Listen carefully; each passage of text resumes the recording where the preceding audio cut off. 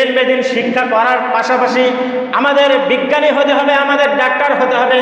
মুসলমানদের মধ্যে ডাক্তার না থাকলে একটা সময় ইহুদি এবং মুশরিকেরা তারা মিছিল শুরু করে দিবে, তোমাদেরকে কখনোই আমরা চিকিৎসা দেব না।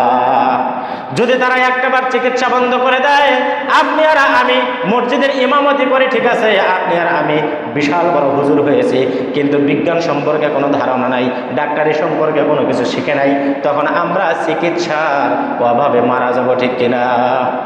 আল্লাহ রাব্বুল আলামিন আপনাকে 5টি সন্তান দান করেছেন।